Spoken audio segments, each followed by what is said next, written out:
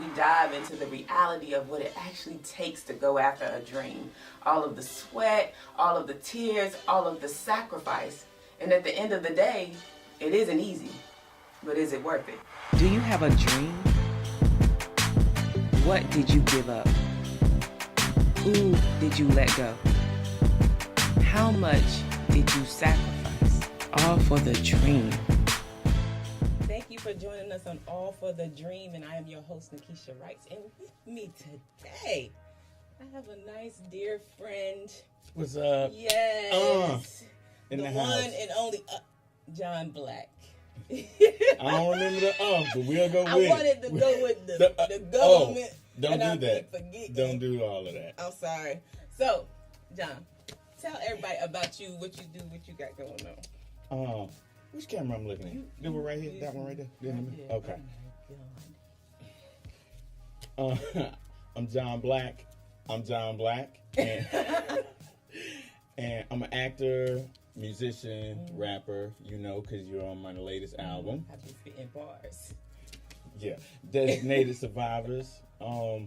Like I said, actor, rapper, and just out here grinding, trying to get it popping. So today is April 11th. Yes, Lord.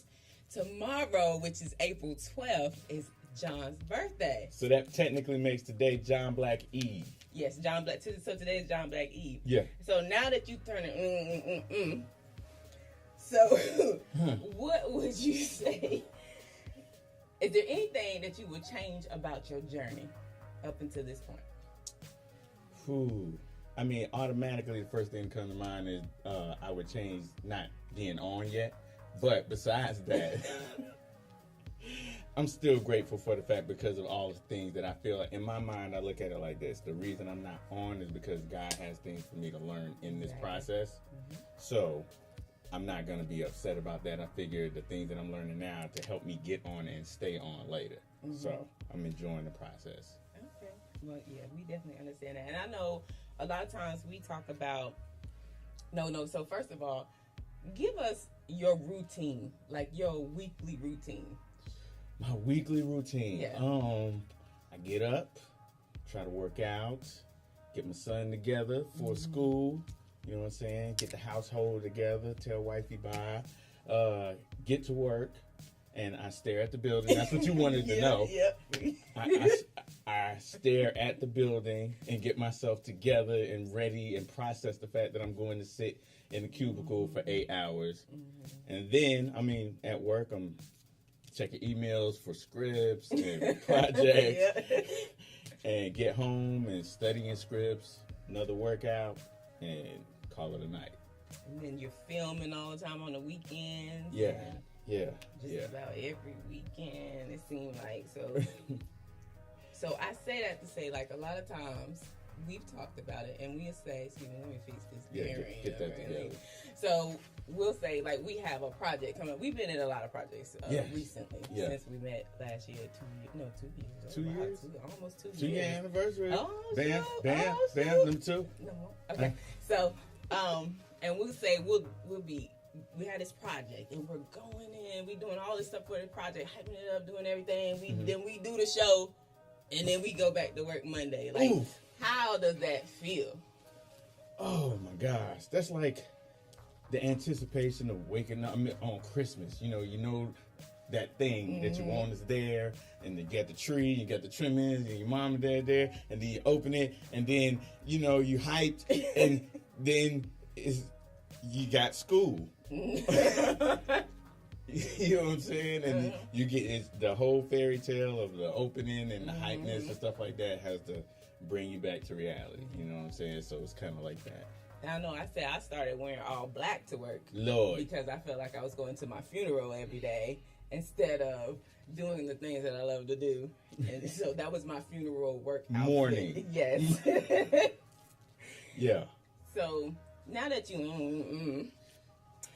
you ever feel like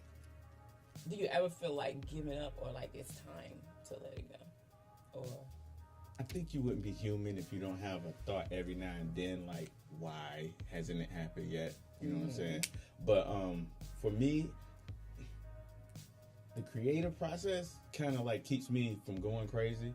So it's never really a thought of quitting per se. It's just that frustrating feeling of why can't I be doing this all the time, and I have to spend time doing other things that I don't want to do.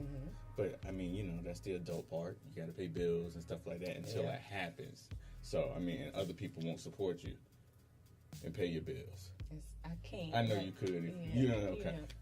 If I could, you know. But that's the thing. You know what I'm saying? Having that need to want to create, and you know that you could make a living out of it, you just aren't right now. That's the vibe. So it's like finding that one person that believes in you. You think Yeah. you got to hit that one thing that's gonna take you to the next level. Yeah, definitely. I mean, but I guess for me, I look at it from a spiritual standpoint because that one person has already given me that okay that this is what I'm supposed to be doing, meaning God. I already know in my soul. Yeah, I saw you with the hand gesture. Kind of distracting. But anyway, that one person has already given me that okay, so I have to rest in that and understand that this is the process I have to go through. You know what I'm saying? I know sometimes I get to where I compare myself to other people, which I know is like the worst thing you can do. Like with my play, I'm like, oh, but my play isn't gonna be funny. Is it gonna be this? It's gonna be like theirs, and then you know, oh, my album. Oh, are they gonna like it? Is they gonna you just know? spit the bars, Keisha. Just spit the bars. Do you ever find yourself comparing yourself to other people? Now not so much. Probably earlier on, especially hip hop is so competitive. You know what I'm saying? And as you go, I'm just a competitive person by nature. So, you know, you get that thing of I know I'm as good as so and so, and it's not a hate. It's just I know what I'm doing is just as good. So why is this happening? But for me, I started as you mature, you start to self-assess and you start to look at not your skill set, but how much grind are you putting? Are you being as smart as the other person is? Not talent-wise, but are you being as strategic? Are you being as smart? Are you really grinding like you say you grinding? Because some people be like, I'm grinding, Lord, but you watching Netflix. You know what I'm saying? You got 3 hours to watch Netflix and this, that, and the third, and then you get with your people be like, I don't understand, man. I'm doing everything I can. You understand that person is having that success that you think is maybe less talented or just equally, but you don't understand why they're garnering that. Like that Netflix time that you're spending, they spending on the internet, or they out in the street, or they doing whatever. That's the difference. So, you know, sometimes it takes being honest with yourself. Yeah. Because comparison is the killer of all dreams. It really is. And I'm glad you brought that talent up, because there's a lot of people out here who I feel like, oh, how did they? But they did the right steps and took the right processes and hit the right market for them to get out where they needed to be. Exactly. So, you know, that's something that we all probably got to figure out to get to where we need to be. What do you say would be your biggest sacrifice that you've made? Biggest sacrifice that I made, probably the amount of time that it takes to go, especially with the acting. I, to be honest, love music, but music is more like a therapeutic thing for me. So I love that people love the music that I do, but I have to be honest and say I didn't go as hard as I do with the acting. The acting is something where if you call me and say, I got to film at 8 and I know I got to shoot another one at 12, I'm going to try to do both. You know what I'm saying? If you'll work with me, I'll be there on your set. I'll be there at the 12 o'clock set. And if somebody calls while I'm on the 12 o'clock set and they want me to do a commercial, I'll be there for your thing too. I can't honestly say that I pursued the music in that form. You know what I'm saying? So I got the level of results from it. A lot of times people be like, well, how are you doing, or why so many? And I'm like, it's not just the talent. It's the fact that I feel like I go and I politic with people, and people know that he'll come. He's dependable. He'll promote, which is a big thing. You know what I'm saying? This is John like at least 10 times in a day. I'm just saying, you know, if we're going to put that much hard work into, if you trust me with your project, then I feel like it's a unit thing, and that's a hard thing for anybody that's over something to get people to fall into, because people have a tendency to be like, yeah, I'm on board, And then when it comes to promoting and pushing stuff, it's like that's their thing. Yeah. You know what I'm saying? Yeah. So they don't understand, like, if it's 10 of us, 10 of us can reach maybe 50, 100 people.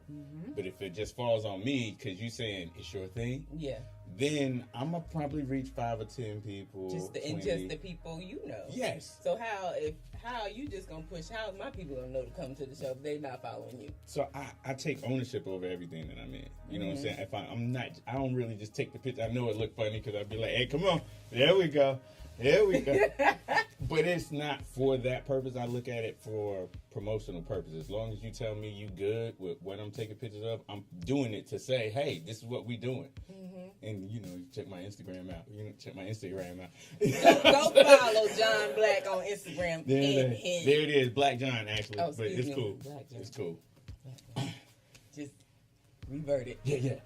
So, and I know you were telling me one day that your dad called you and was like, yo, what's that song? Let me do that. So, because he wanted to tell his friends. So, how do you have the support of all your family members? Like, and how does it feel when you get that support from your family members? My family actually is really great about it. I think maybe when I was a little bit younger, just like everybody else's parents, it's like, you going to school. I don't know about all the rapidy rap and all of that, and the acting wasn't even a part of it, but at that point, it was like, yeah, you can rap, but you're going to school. And then when I went to school for a year and a half at NC State, and they was like, you wasting money. So, I won a little rap contest out there, and that was pretty much the end of it. I went in my first studio and was mesmerized and was like, this is what I want to do. And class just went way out the window. And they was like, yeah, you going to come home and go to Psych Tech or something because you're spending too much money out there. For Psych Tech. And for Psych Tech is a good school. I'm just saying, they was like, you're not going to be all the way down here in Raleigh just blowing money away. So. Well, man, they have a point. He wasn't trying to pay it. Yeah. But now, like, from everything that I've done, like Black on Black with Jay Black, my dad sat there and watched it like it was a Martin sitcom, just dying. You know what I'm saying? Eric, put the one on with the. Did y'all get that government though? So yeah, that family support is, it's really good. Mom, dad, aunts, uncles. Moving on. Next card. Next card. So, do you feel like you maybe had a moment in your career where you was like one of the most exciting moments during your career? Do you feel like you had one of those moments so far? Yeah, actually, and I gotta give you kudos for that. Exciting moment was, I've had a great time doing Find My Way. Yeah. Cameraman Kilo. Shameless plug. He gave us the twos. It's on Amazon. So yeah, yes. I'm in that movie. Yeah. So that was So that was that was awesome. You know what I'm saying? My first play, Donna Burst, Dance with Daddy Shoes. That was an awesome moment. But really and truly, What Fairy Tales is up here for me because that was like really one of my first, and The Bridge. Those two are my biggest things because those are the first two projects that people said, I'm gonna trust you to play a lead role. You know what I'm saying? So that was a whole different level of grinding. Yes. So the one was film, one was theater. So you in both. So which one do you like better? There's not a better. I thought there was.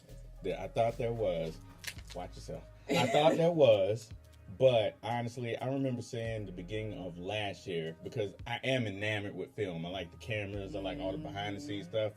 But right here. All of that just making her sweat. I love all of that, and I was like, you know what? I'm gonna kind of step back on the plays and stuff like that. But just as usual, whenever you say something, God has another plan. And that year, when I said I'm gonna just chill on the plays, all these plays came in. And they were paying, so I was not gonna say no. You know what I'm saying? So I started doing all these plays and working with Tamika and all of that information that you gather through rehearsals.